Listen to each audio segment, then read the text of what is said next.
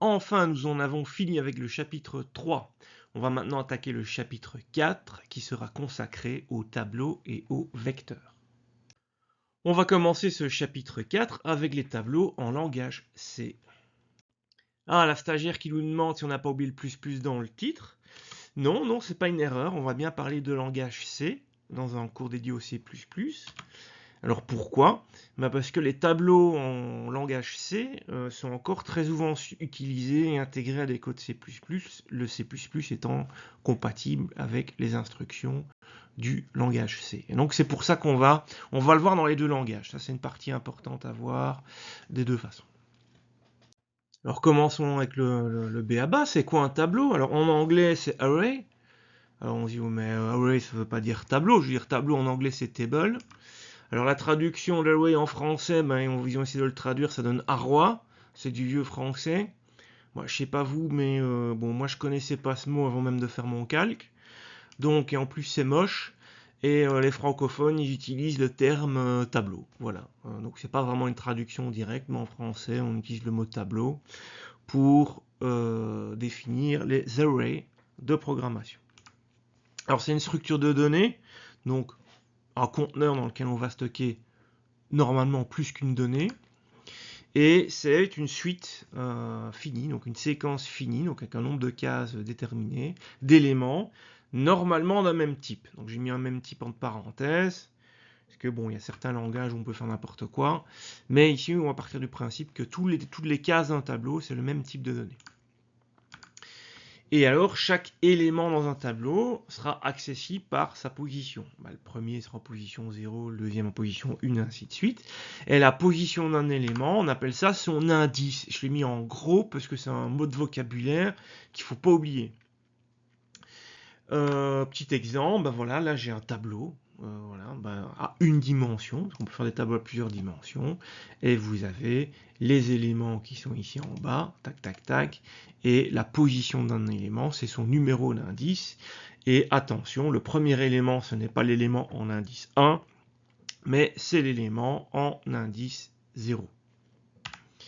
Voilà, donc ça c'est important. Et le dernier, il sera, si c'est un tableau de 6 cases, il sera en indice n-1, en indice 5. Faut pas se gourer dans les indices, parce qu'il va falloir manipuler ça. Et si vous vous gourez, vous souvent faites cracher le programme. D'un point de vue syntaxe, qu'est-ce que ça donne? Voici un petit code exemple. Donc là, on a une bête variable x, voilà. Et notre tableau, il est ici. Donc c'est comme on déclare une variable, sauf qu'après le nom de la variable, il y a crochet, crochet, et entre les crochets, le nombre de cases qu'on veut mettre dans le tableau. Donc là, j'ai un tableau que j'ai appelé tableau. Toutes les cases seront des entiers, et il y aura 10 cases. Ensuite, je demande... Et donc, quand je crée un tableau, voilà, pas oublier que la première case, c'est l'indice 0, et la dernière case, c'est l'indice n-1, donc 9. Et quand on crée un tableau, les cases ont des valeurs qu'on ne sait pas. Donc il n'est pas initialisé, et donc les valeurs qu'il y a dans les cases, c'est pas 0, c'est tout et n'importe quoi, on n'en sait rien. Donc, normalement, une règle de bonne pratique, c'est d'initialiser le tableau avec des valeurs. Bon, là je ne l'ai pas fait, tant pis. Puis je demande à un utilisateur d'en connaître une valeur pour x, et on va boucler sur toutes les cases du tableau, donc de 0 à plus petit que 10, ce qui fera bien de 0 à 9. Et donc pour toutes les cases du tableau en commençant à 0, on va y stocker i plus 1 fois x. Donc, dans le cas de figure où l'utilisateur aurait tapoté la valeur 7 pour x, on a alors ça, après l'exécution de cette première boucle, voici le contenu de notre tableau, ce qui donne la table de multiplication de x. On va d'ailleurs afficher à l'écran table de multiplication de 7, voilà. Et ensuite, on va boucler une deuxième fois pour afficher le contenu du tableau, où je vais de nouveau boucler 10 fois, de 0 à 9, mettre des trucs à l'écran et aller lire ce qu'il y a dans le tableau et l'afficher, ce qui nous donnera ce joli affichage qui affiche la table de multiplication de 7. On a vu l'utilisation des tableaux, c'est assez simple. Par contre, il y a tout un tas de trucs qu'on ne peut pas faire qui rend leur utilisation potentiellement compliquée si on n'est pas concentré. Alors la première chose, c'est le débordement. Alors, prenons un exemple. J'ai un tableau de 10 cases, voilà. Je demande à un Gugus d'en connaître une valeur et on s'en fout. Et là, je vais boucler 10 fois. je boucle bien 10 fois, je commence à 1, et tant que c'est plus petit ou égal à 10, je boucle, ce qui fait bien 10 itérations. Et puis dedans, je vais mettre des valeurs dans les cases de mon tableau, et là, ben, j'ai fait une couille. Et si vous vous rappelez bien, notre tableau, au niveau des indices, ça commence à 0. Sauf que dans mon code ici, j'ai commencé à écrire directement en indice 1. Donc vous le voyez dans l'exemple ici, bah, j'ai fait une fois x en imaginant par exemple le mec qui a tapé 7 pour x. Une fois x, j'ai foutu ça dans la case indice 1 qui est là, puis 2 fois x, puis 3 fois x, et ainsi de suite. Et donc la case 0, je ne l'ai pas utilisée, mais ça veut dire qu'à un moment donné, je vais avoir ici comme valeur pour i 10. Sauf que mon tableau, les indices, ils vont de 0 à 9. Et donc quand je vais vouloir aller écrire en indice 10, donc sur la dernière itération de ma boucle, bah, le programme il va cracher. Paf. Donc ça compile, mais ça crache pendant l'utilisation. Ou bien, là c'est rare, mais ça peut arriver que ça crache pas. Ça c'est le pire des cas. C'est que vous avez une couille et que ça crache pas. Et que vous ne l'avez pas vu.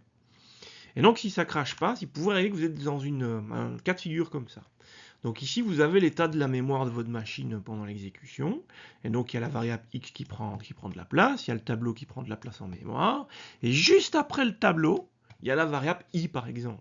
Et donc, quand vous allez accéder à la case numéro 10, ben, il va aller modifier la valeur de i. Mais vous ne le savez pas. Personne ne va vous le dire. Voilà. Potentiellement, c'est le genre de truc qui fait des bugs. Pour certains programmes qui bug avec ce genre de problème-là. Il y a certains hackers qui utilisent ces failles-là dans des codes pour pirater. Enfin voilà. Donc faites gaffe à ne pas vous planter sur l'utilisation des indices au niveau du tableau, car les compilateurs, en C et en C++, et c'est pour ça aussi que de nombreux développeurs chevronnés détestent le C et le C++, parce qu'il n'y a pas un compilateur qui lui dit « Tu peux pas, t'es trompé !» Non, ici, il dit rien. Donc il part du principe que vous êtes super malin et que vous ne faites jamais d'erreur, et donc il ne vous aide pas à détecter ce genre de faille. Faites attention. Bon, ici c'est juste un petit souci de syntaxe, donc regardez bien, on a une variable qui s'appelle taille, qui vaut 10, et on déclare un tableau en mettant taille pour la taille du tableau. Il ne veut pas compiler, si on va avec son petit curseur dessus sur celui qui est souligné en rouge pour voir ce qu'il veut, en gros, il ne veut pas utiliser la variable taille comme constante. Ça veut dire qu'il veut avoir une constante entre les crochets, et nous on lui met une variable. Une variable peut changer de valeur. Une constante c'est quoi? Une constante c'est une variable qui ne peut pas changer de valeur, qui est figée. Alors pourquoi ça? Parce que le compilateur veut connaître la taille du tableau pendant la compilation. Donc c'est pour ça qu'on ne peut pas utiliser une variable, on doit utiliser obligatoirement une constante, ce qui veut dire qu'on ne pourra pas faire un cInTie ou un truc comme ça, ou demander à l'utilisateur de combien de cases il veut. Ça doit être quelque chose qui est défini à la compilation et pas pendant l'exécution. Et donc le code à faire, le voilà, je crée une constante, c'est comme pour faire une variable, sauf que je mets le mot-clé const devant. Et je suis obligé alors du coup de l'initialiser. Ici par exemple à 10, et taille ne pourra du coup plus changer de valeur, je ne pourrai pas faire un cInTie, c'est figé. C'est comme ça qu'on fait en C et en C++, ça s'appelle un tableau statique. On peut faire des tableaux dynamiques, mais on verra bien plus tard comment ça se passe, parce que c'est quand même beaucoup plus compliqué. Alors attention, certains compilateurs, ils se disent ouais YOLO, moi tu peux mettre une variable balek, c'est bon, et ça passe. Ok. Et alors ce qu'ils font, c'est qu'en fait les compilateurs à votre insu réécrivent votre code à votre place pour transformer votre tableau statique en tableau dynamique, ce qui voilà, c'est pas tout à fait pareil. Et alors vous pensez que vous savez bien coder, mais en fait non. Voilà, en Visual Studio, lui il veut pas. Alors ce calque là j'ai failli l'oublier parce que j'ai l'habitude, mais c'est vrai que c'est pas forcément intuitif. Et donc, on ne peut pas faire d'opération directe avec des tableaux. Donc, je ne peux pas additionner deux tableaux ensemble, etc. Prenons un exemple tout simple. J'ai ici deux tableaux que j'ai appelés tab 1 et tab 2. Ils font tous les deux 5 cases. Et j'en profite pour vous montrer comment on peut initialiser directement les cases d'un tableau. On peut le faire comme ça. Donc, sur la même ligne, j'ai déclaré tab 1. Et ici, j'ai mis les valeurs de ces 5 cases. Bon, c'est dégueulasse comme syntaxe, mais bon, c'est pas, voilà, c'est comme ça. Tab 2, par contre, lui, il n'est pas initialisé, on ne sait pas quelles sont les données qu'il y a dans ces cases. Et imaginons que je veuille prendre le contenu de tab 1 et l'injecter dans tab 2 en faisant l'affectation ici. Il ne veut pas, vous voyez qu'il souligne tab 2. On ne peut pas faire ça, on ne peut pas manipuler les tableaux directement. On est obligé de travailler élément par élément. Voilà, je dois travailler case par case, je ne peux pas faire comme ça des copier-coller de tableaux intégraux. Et donc la solution au code de gauche, on n'a pas le choix, il faut boucler et puis venir faire une affectation pour chacune des cases du tableau. Il existe une fonction qui permet de récupérer la taille d'un tableau, c'est sizeOf.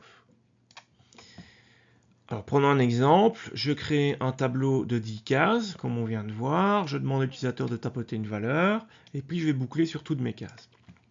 Je démarre à 0, tant que c'est plus petit que à la taille du tableau. Et pour récupérer la taille du tableau, j'ai ici la fonction sizeOf et je lui envoie entre parenthèses mon tableau. Et ça va bien me donner la valeur 10. Et je vais boucler 10 fois et je vais faire des trucs avec x machin, tout est bon, nanana. J'ai le résultat, il n'y a rien qui crache. Voilà. Et bien ce code, c'est de la merde. Alors pourquoi? Pourtant ça marche. Pour vous montrer que c'est de la merde, je vais le reprendre, identique, c'est le même code, il y a juste un truc qui a changé. Alors si vous avez été observateur, dans le code de gauche, là mon tableau, c'est des chars. Dans le code de droite, mon tableau, c'est des int. Ouais, ok, j'ai changé le type. Je rappelle que dans les chars, je peux mettre des valeurs numériques, du moment qu'elles ne soient pas trop grandes, donc les calculs ici c'est bon, donc ça c'est pas un souci. Donc je vais go, j'ai changé, j'ai mis int, ok, go, je lance mon code, ça compile, tout ça, il se lance et boum, ça crache. Alors, pourquoi qu'il crache? Parce qu'en fait, sizeOf tableau, donc la même fonction, cette fois-ci me donne 40. Putain, il y a 10 cases, pourquoi est-ce qu'il me donne 40? Parce que sizeOf, en fait, ça ne donne pas le nombre de cases, ça donne bien la taille du tableau, mais pas exprimé en nombre de cases, mais en nombre d'octets. Donc l'unité n'est pas le nombre d'éléments, mais c'est le nombre d'octets. Et là, j'étais en char à gauche, donc c'est 1 octet par case, tandis qu'à droite, je suis en int, c'est 4 octets par case. Donc je ne peux pas utiliser sizeOf comme ça pour récupérer le nombre de cases du tableau. Si je suis têtu et que je veux absolument utiliser sizeOf, il y a moyen. Mais alors, il ne faut pas prendre le résultat tel quel, il faut le retraiter. Donc l'idée, c'est que je prends, comme dans le calque précédent, sizeOf tableau, qui va me donner le nombre d'octets, et puis je divise par le nombre d'octets d'un élément constituant le tableau.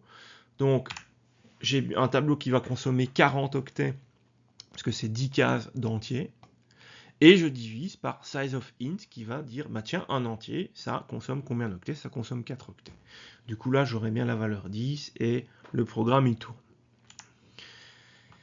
Maintenant, bon, ça, c'est si vous utilisez sizeOf, mais voilà. Le plus simple, c'est de ne pas utiliser ça et de travailler. Vous avez votre fameuse constante taille, elle était là, quoi. Terminons cette vidéo avec les tableaux à plusieurs dimensions. Jusqu'à présent, on n'avait à chaque fois qu'une. Vous voyez ici, on peut déclarer un tableau dans cet exemple-ci à 2 dimensions. Je l'ai appelé matrice. Alors on n'est pas obligé de l'initialiser, mais je l'ai fait. Donc vous voyez un peu la syntaxe de l'initialisation, c'est un peu dégueulasse. Alors la matrice, elle ressemble à ça. Donc j'ai une première dimension ici qui vaut 4. Donc j'aurai 4 lignes. Et j'ai une deuxième dimension qui vaut 3, donc j'aurai 3 colonnes. Pour l'initialisation, j'ai d'abord les accolades qui correspondent à la première dimension. Et ensuite, et donc du coup j'ai chaque case, vous voyez j'ai 3 virgules, ce qui me fait 4 cases.